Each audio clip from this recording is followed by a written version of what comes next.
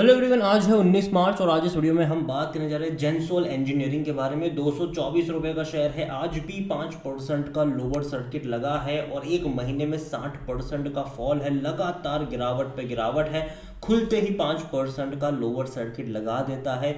Management ने at least share में इस गिरावट को कंट्रोल में करने के लिए बोर्ड मीटिंग भी करी थी, पैसा रेज करने की भी बात करी थी और स्प्लिट भी अनाउंस करा था। एक शेयर के 10 शेयर बनने की अनाउंसमेंट भी करी, लेकिन फिर भी कुछ खास असर नहीं पड़ा।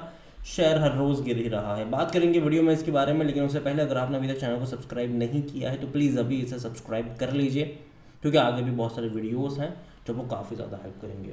तो 224 रुपये का शेयर है, 60% का फॉल है एक महीने में और एक साल में 73% का फॉल है। अगर आप हायर लेवल से देखोगे तो भाई साहब 80% का फॉल तो ये ऑटोमेटिकली दिखा चुका है। उतनी भयंकर गिरावट है, जो भरोसा टूटा है यहाँ पर लोगों का, वो वाकई में बहुत बड़ी बात है। 5 साल में भी देखो तो 83% का क्रैश दिखा चुका है।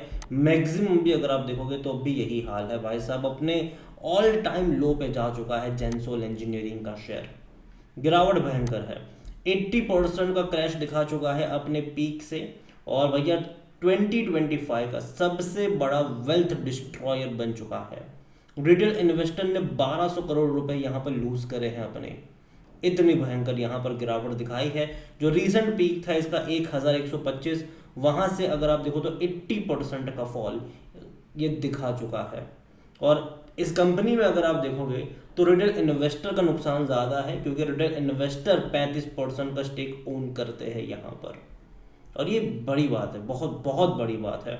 इसका जो मार्केट कैपिटलाइजेशन था वो 4275 से गिरकर अब 850 करोड़ का हो चुका है।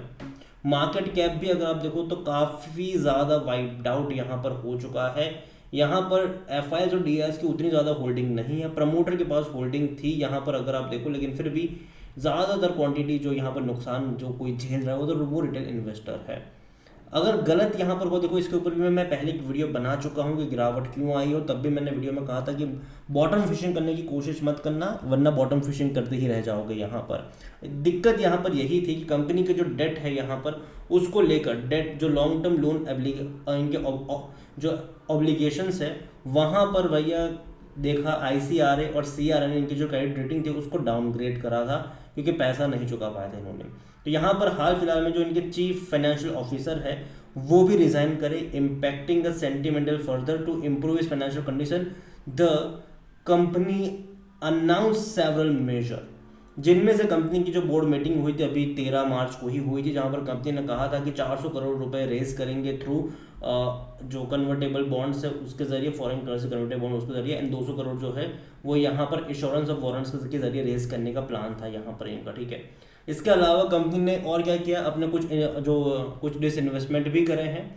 This major combine with the companies on going disinvestment including the sale of almost 3000 electric vehicles worth 315 crore के थे वो यहाँ पर, and the disinvestment wholly on Gensol subsidy for 350 crore, जिससे इनके कर्जे और यहाँ पर कम हो जाए। लेकिन फिर भी कैर की जो अगर हम बात करें तो उससे कोई हेल्प यहाँ पर मिल नहीं रही है। रेटिंग्स अभी भी इनकी कुछ ज़्यादा सुधर नहीं रही है। और इन्होंने हाल फिलहाल में बोनस को लेकर स्प्लिट को लेकर भी अनाउंसमेंट करी हुई थी। जेंसोल इंजीनियरिंग के बोर्ड ने अप्रूवल दे दिया है एक शेयर के 10 शेयर बनाने का, मतलब कि अगर मान लो कि शेयर 200 रुपये ट्रेड कर रहा है तो वो 20 रुपये का हो जाएगा, और अगर आपके पास एक शेयर है तो वो 10 शेयर बन जाएंगे। अगेन कोई फ्री के शेयर नहीं होते, ये बस प्राइस कम हो जाता है, क्वांटिटी बढ़ जाती है। And 600 crore fund raising through the जो भी कन्वर्टेबल बॉन्ड और इंश्योरेंस है उसके जरिए यहाँ पर होने वाला है ये। कंपनी देखो जाहिर सी बात होती है, जब भी शेयर गिरता है ये एक सीधी टैक्टिक्स बन चुकी है कि भैया जो गिरावट है उसको कंट्रोल में करने के लिए या तो बोनस अनाउंस करो, या तो स्प्लिट अनाउंस करो, या तो फिर डीमर्जर अनाउंस कर दो। ये एक टैक्टिक्स बन चुकी है यहाँ पर। लेकिन फिर भी कह सकते हैं कि भाई साहब जेंसोल का जो डेट है ना, कितना ज़्यादा डेट है पता है।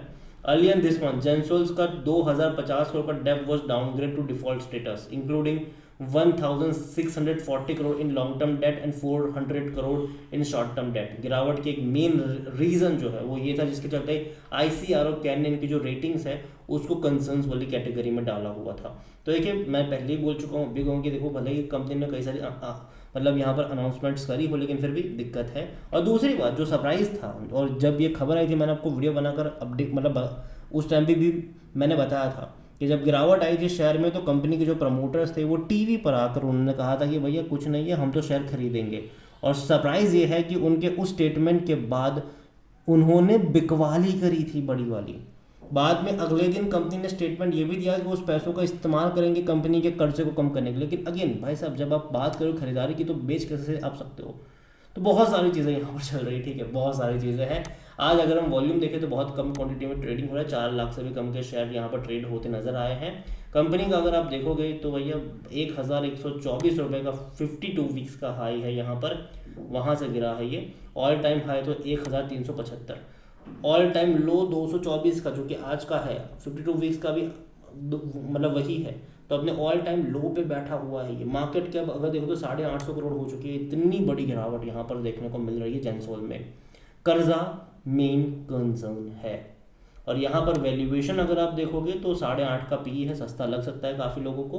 फाइनेंशियल देखो तो नंबर जो थे पिछले कुछ क्वार्टर के, अगेन वो उतने अच्छे नहीं, लेकिन उतने बुरे भी नहीं थे। हालांकि लास्ट क्वार्टर के नंबर तो अच्छे नहीं थे, मतलब मुश्किल से 17 करोड़ का भी इनका प्रॉफिट था, जबकि इससे पहले कंपनी 30-25 करोड़ तक के प्रॉफिट कर चुकी थी। तो कम नंबर है ये। रेवेन्यू 345 करोड़, अगेन नहीं कम है, क्योंकि इससे पहले कंपनी 400 करोड़ तक के भी प्रॉफिट कर चुकी है। तो नंबर्स देखा जाए तो इनके लगातार डिक्लाइन वाले हो, मतलब क्वार्टर ऑन क्वार्टर ग्रोथ नहीं आ रही जिस तरीके से आनी चाहिए। तो वो एक कंसर्न यहाँ पर जरूर रहेगा। शेयर होल्डिंग के बारे में अगर हम बात करें, प्रमोटर की होल्डिंग अगर आप देखोगे तो वो 62.65% की होल्डिंग प्रमोटर के पास अभी के टाइम पर। लेकिन इससे पहले भी प्रमोटर की होल्डिंग 62.62% थी, लेकिन प्रमोटर की गिरवी रखी हुई जो होल्डिंग थी वो 39% के आसपास थी। आज प्रमोटर की होल्डिंग जो है वो 50% से भी ज़्यादा की गिरवी हो चुकी है।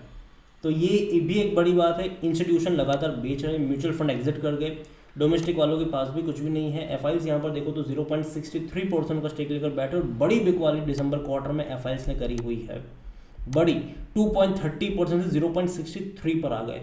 अगेन ये दिसंबर क्वार्टर का पैटर्न है। मार्च का तो भैया और एक्सट्रीम हो सकता है, जहां पर आपको प्रमोटर की भी बिकवाली देखने को मिलेगी, क्योंकि प्रमोटर ने बेचा है मार्च में।